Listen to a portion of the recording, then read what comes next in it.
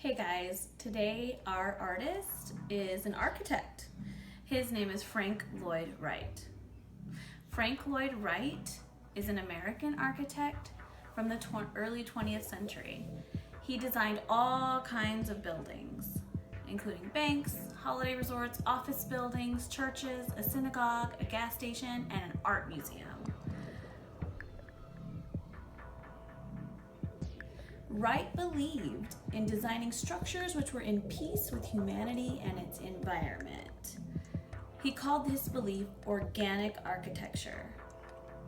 He used this technique for his design for Falling Water, which has been called the best all-time work of American architecture.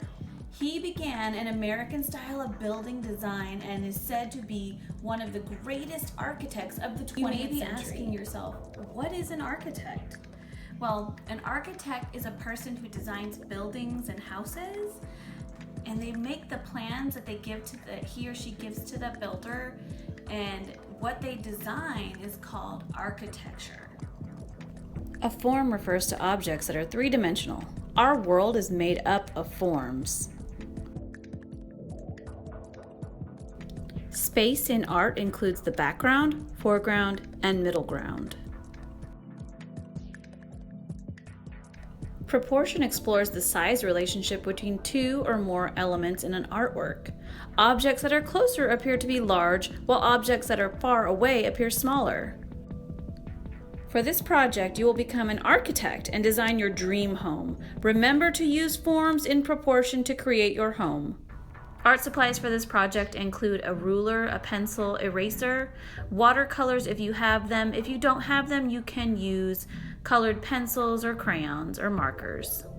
You want to start with the horizon line, and then you want to start building your shape of your home.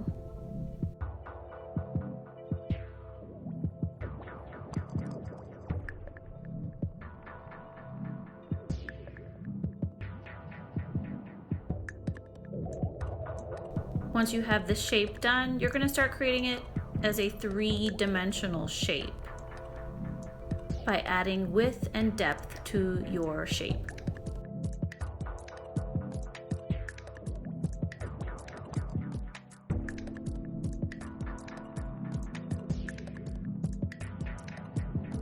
After practicing my shape, I've decided to make my home slightly larger, and I am making it three-dimensional by turning it into a cube and a pyramid at the top.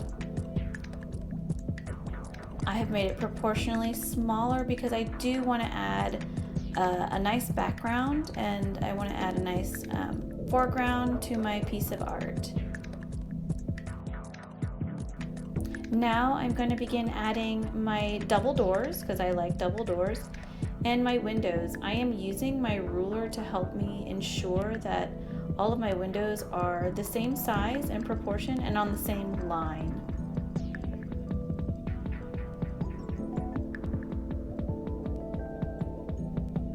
Use your ruler to help you measure out your windows and make them line up nicely. When it comes to adding the windows on the side of your building, you need to make sure that you line it up and it's parallel to the line on the side. So it might look weird as you are beginning to draw, but visually it looks correct. Now comes the fun part where you're adding all the different elements to your yard. I'm adding a fence here, and I have measured it out so that each line is a different bar on my fence line. And I'm going to add a little embellished top for my fence when it opens up. Great. Now go ahead and grab your paints and your water cup and a napkin to dry your brush. Remember to add lots of water into your paint palette. You're not trying to scoop this paint, you're just trying to get it wet and use the water from it, the colored water. You can mix colors together. Remember, objects that are further away are a little bit darker. As you can see, I've added mountains to my dream home because that's where I'd love to live. For the green, what I'm doing is adding a little bit of yellow to make the bushes that are closer to me appear lighter. I'm doing the same thing with the front bushes as well. When you're done, wait a few minutes to dry, and you need to select a pen or marker. You're going to trace all of your pencil lines, every single pencil line, just to make it pop a little bit more. Add any other details that you want to add to your home. Tracing everything, including your tree lines, your bushes, if you have them, of course.